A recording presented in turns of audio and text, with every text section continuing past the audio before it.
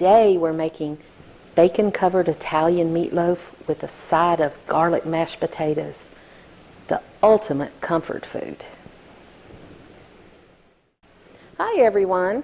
So to get started on our dinner today, we're going to be making the meatloaf and mashed potatoes, but to start we're going to go ahead and cut up our potatoes and get them going in the boiling water for the mashed potatoes because they take a little bit longer. So I have got 4 potatoes that are not peeled. That's your preference. You may want yours peeled. Some people don't like the peeling in their potatoes. I love it. But I've scrubbed them clean, and I'm going to dice them up fairly small so they'll cook pretty evenly. And these are just 4 plain Idaho russet potatoes. And you could do red potatoes. That would be delicious too. So here we go. To get started, I'm just going to cut them in half. And then I cut that in half. And then you dice this way, and that way you've got pretty even potatoes.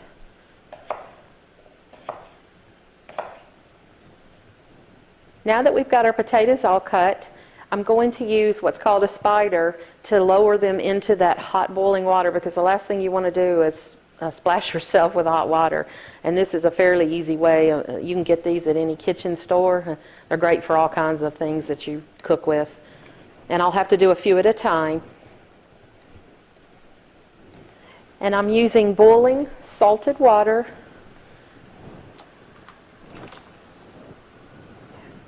And let's go back and get the rest.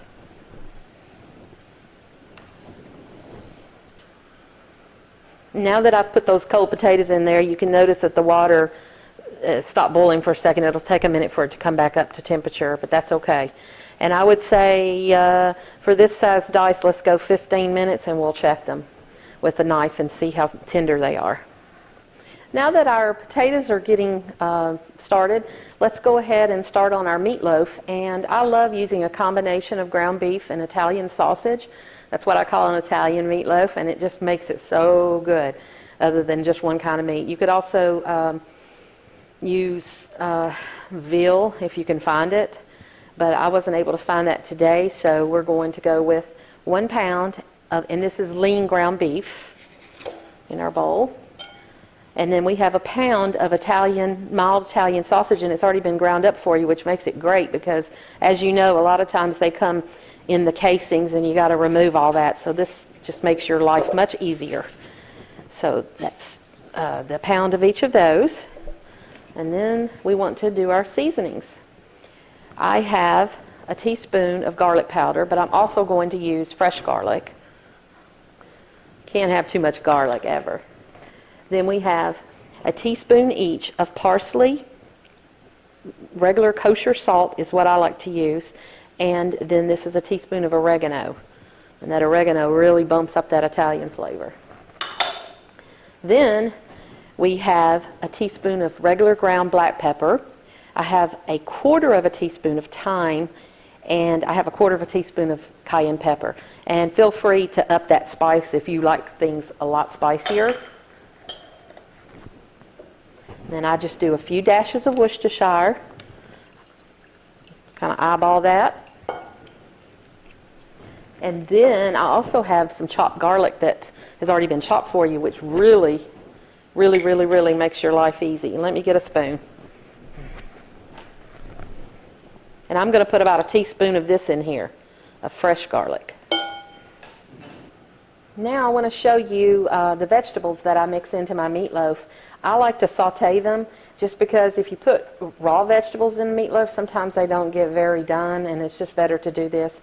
And what I've got here is 5 baby carrots that I've diced up, or you could use 1 whole carrot. I have 2 stalks of celery that I diced up. I have 1 bell pepper, and I have a half an onion. And all of this mixture is going to go into a pan with a little olive oil. And you want to just saute this a little bit. And boy, this just really adds to the flavor of the meatloaf, all these veggies. And you could experiment with different kinds of veggies. If you like zucchini, you might try that. Just your choice. It's your meatloaf. You make it how you think you like it. You know, some people don't like celery, so leave it out. So we're going to give this probably about 5 minutes of sauteing. We just want to soften it up until the onions are translucent, and then we'll add that to our meat mixture. As you can see, the onions have turned a little translucent, and what I like to call this is par cooking it. You're just getting your vegetables a head start before they go into the meat and into the oven, and it really helps because they're still a little crisp at this point, but that's perfectly fine. So let's take these and move them over into the meat. At this point, I'm going to add a half a cup of ketchup, and there will be more ketchup on top. As a traditionalist, I love ketchup on my meatloaf. So I'm using a half a cup here, and I'm going to put that in here with the veggies and all the seasonings and everything else we've already done. And what I like to do, and what I've learned from this is I take a fork and just kind of go through it, just like raking your meat. And what this does is it'll incorporate everything, but it won't get it so compacted, because when you compact it, it makes for a tough meat. So you want to just kind of rake through it. And with those veggies being hot, that will help break down that meat pretty fast. Just a simple fork will do. And we'll get that all incorporated. Now that we've got our veggies and everything in here, the last step is we're going to add 2 beaten eggs, because that helps bind your meatloaf. And I waited until after I had mixed everything so that the mixture would cool down, because you don't want scrambled eggs, and if you add those eggs to hot mixture with those veggies, then that would be a mess. So now's the time to add that. And that's 2 large beaten eggs. And then I like to do like I do with my meatballs. I add bread. And I've got 2 slices of an organic seeded bread. You can use white bread. Anything you have will do. But crush it up with a 1/4 cup of milk and let this just get kind of gooey, which is perfect.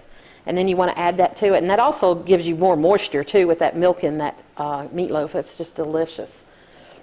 Now comes the time to actually use your hands. And you just want to kind of get in there. And it's pretty gooey. And it should be about like this, pretty moist when it goes in the oven. And let's get this meatloaf formed. I like to form mine. I'm going to wash my hands, and then I'll show you how I form it onto the pan. All right. I've got the meatloaf, and what I like to use is a sheet pan with parchment paper, because this really helps eliminate mess on your part. Easy cleanup. Let's just get this whole thing on here. And I like to form my own log. A lot of people like to use a loaf pan, but I find that the loaf pan contains all the, if there is grease, it'll just sit in the grease. And that's not good eats for anyone. So, and this is going to be a pretty generous meatloaf, because this is 2 pounds of meat. I would say this will easily serve 4 to 5 people, depending on their appetite. A family of 4. You might even have enough left for meatloaf sandwiches. Yum. Always a good thing. So as you can see, I'm just kind of patting it down, but I'm also straightening the sides, because you want it all even so that it cooks evenly. You don't ever want, part of the meatloaf smaller than the rest, or it won't cook right. Now that we've got our meatloaf all prepared and in a loaf shape, I'm going to show you how I top mine. And I am a traditionalist. I love ketchup, but there's a few other things that I put on it. So let's get this ketchup on here. Now I have a half a cup of brown sugar, and I'm going to sprinkle that over the ketchup, and that just really gives it that little caramelization that you love on meatloaf. That may seem too sweet to some people, and again, this is the way I love to make it, and I hope you will try it. But if you want to leave some of the ingredients out like this, you're perfectly fine just to put ketchup on it. And last, oh my, who doesn't love bacon? Well, maybe some people don't. But I've got thick sliced bacon here, and I'm going to put a few slices on the top. And then besides that pork that you already have in it, this is just going to infuse into that meat as it cooks. So I'm going to say we're going to get about 4 slices on here. And I have to give a shout out to my neighbors, Susan and Jim. They've made meatloaf and put it on their Facebook page, and oh my gosh, they literally used probably a whole pound of bacon, and they crisscrossed it latticework style, and it looks so good. And now this goes in a 375-degree oven for about 40 minutes. And we're going to check it at that point. It needs an internal temperature of 160 degrees because this is ground beef, and you don't want to eat raw ground beef. And if it still needs time at 40 minutes, then we'll keep it back in the oven, but we will check it with the thermometer at that point. Let's get these potatoes out of the water. I did check them with a fork, and they weren't quite done at 15, so I left them to 20. Like I said, it depends on your dice, on your potatoes, but I'm using my handy dandy spider again, the same one I used before. You know, you can put them through a strainer in the sink if you want, but I just like this. It just makes life so easy. Let's mash these potatoes up. I'm not using a mixer today because I don't feel like dragging a mixer out. I'm being a little lazy. I'm using vintage, nice potato masher, and that is so wonderful. And what I usually do is just start mashing them, and then I add my butter. This butter is a little cold, but that's okay. I just kind of chunk it up, and this is 3/4 of a stick of butter. Us Southerners like a lot of butter in our mashed potatoes. And I start adding milk, and this is 2% milk. Sometimes I use heavy cream, and I add probably 1/4 cup at a time till I see what consistency I want it. And as you mash it, as you can see, that butter starts melting into those hot potatoes. And oh, it's so good. And we'll season it up in a minute. Now we've got these potatoes just a perfect consistency, I think. You want them creamy. You see how they stick to the potato masher. You don't want them runny. I'm going to add some pepper. And I like just ground black pepper. And this, I usually just measure in my hand. That's probably about a teaspoon of pepper. Now I'm going to go a little easier on the salt. That's probably 1/4 teaspoon of salt, because you can't take salt out, but you can always put it in. And that's probably going to be about 1/4 teaspoon of garlic powder. And let's go ahead. I'm going to take my fork with this and just stir that in. And then we're going to taste. Always taste your food. I'm going to go check the meatloaf now. It's been right at an hour, and let's see what our internal temperature is. We're good to go. We're over 160. So what I'm going to do is put this on broil to get that bacon all crisped up, and then we'll bring it out. Okay, y'all. Yummo at its finest. Let's slice into this baby. And I like to take my fork and kind of hold on to the bacon. So you're going to have bacon in every bite of this great meatloaf. My goodness. Oh, I hope you guys try this recipe. This is phenomenal smelling. Not to mention what it's going to taste like. Okay, and we're going to put that over there for presentation. You can do it however you want. Oh my God. That garlic with all that butter, you can't go wrong with this. This is, like I said earlier, this is comfort food at its best. Well, let's taste this the meatloaf.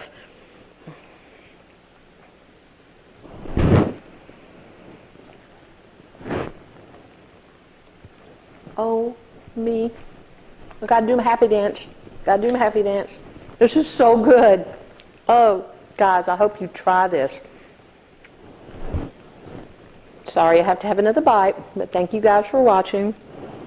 And please subscribe to my channel if you like what you're seeing. And don't forget to hit the bell icon, and we'll show you when we have new videos uploaded. Ciao for now.